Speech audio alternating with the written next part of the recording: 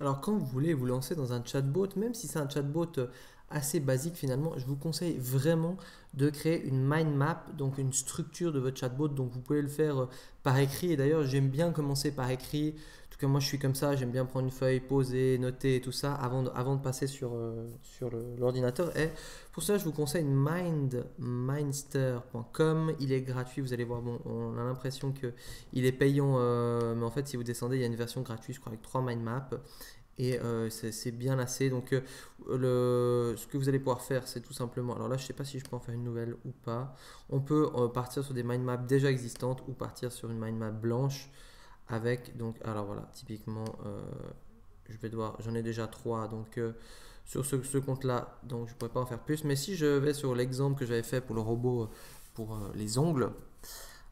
Alors maintenant, c'est un de mes employés qui fait toutes les mind maps de robots. C'est lui qui gère tout ça. Il prend des thèmes déjà existants pour les mind maps qui changent.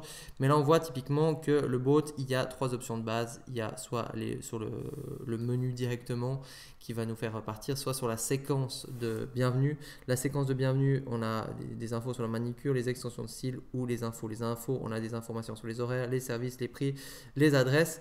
Et comme ça, on peut alors déjà masquer certaines choses suivant sur quoi on veut travailler. Et il y a des choses aussi qu'on peut connecter ensemble. Par exemple, ça peut typiquement revenir sur les horaires. Ça peut être typiquement aussi des choses qu'on peut faire comme ça. Donc si on veut rajouter ici un nouveau module, on appuie là, ça part sur une nouvelle branche. Si on va ajouter une branche ici, on clique ici, ça crée une nouvelle branche ici. Et ainsi de suite. Donc comme ça, vous allez pouvoir faire différentes choses. Vous pouvez aussi déplacer les différentes branches si vous le voulez, les fermer, les ouvrir, les customiser, leur mettre des couleurs, des smileys. Donc faites comme ça faites-le déjà peut-être sur papier votre premier chatbot parce que voilà, ça peut aller loin. Si on veut par exemple des menus pour le service client. L'autre jour, je regardais un chatbot là pour un des clients pour l'immobilier et donc c'était voilà, qu'est-ce que vous avez envie de louer, un appartement, une maison, est-ce que vous avez envie d'acheter, ok, acheter, est-ce que vous voulez acheter un appartement, une maison, ok. Est-ce que vous voulez, enfin, il y avait les différents choix de régions, je crois qu'il y avait 3 régions sur lesquelles on a travaillé. Et après, il y avait les listings et on pouvait revenir en arrière. Donc, on peut faire beaucoup, beaucoup de choses, mais c'est bien de.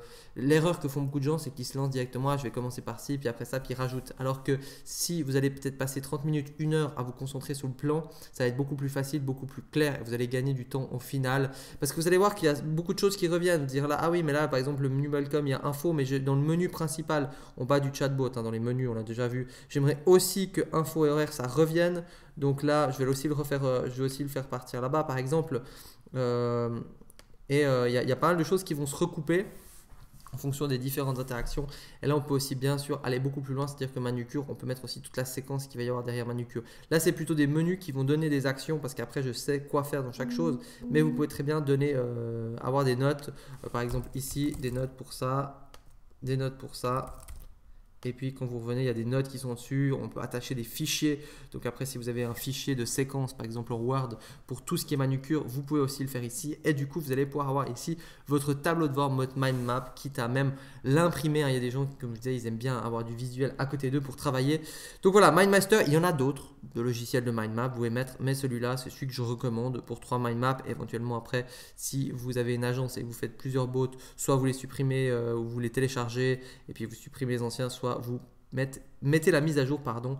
Mais voilà, c'est ce que je recommande vraiment. Faites votre petite mind map pour votre bot dès que ça devient un petit peu complexe, sauf si vous voulez par exemple un bot qui fait juste répondre, je sais pas, à 3 messages et puis juste une séquence pour récupérer les adresses mail par exemple via des commentaires.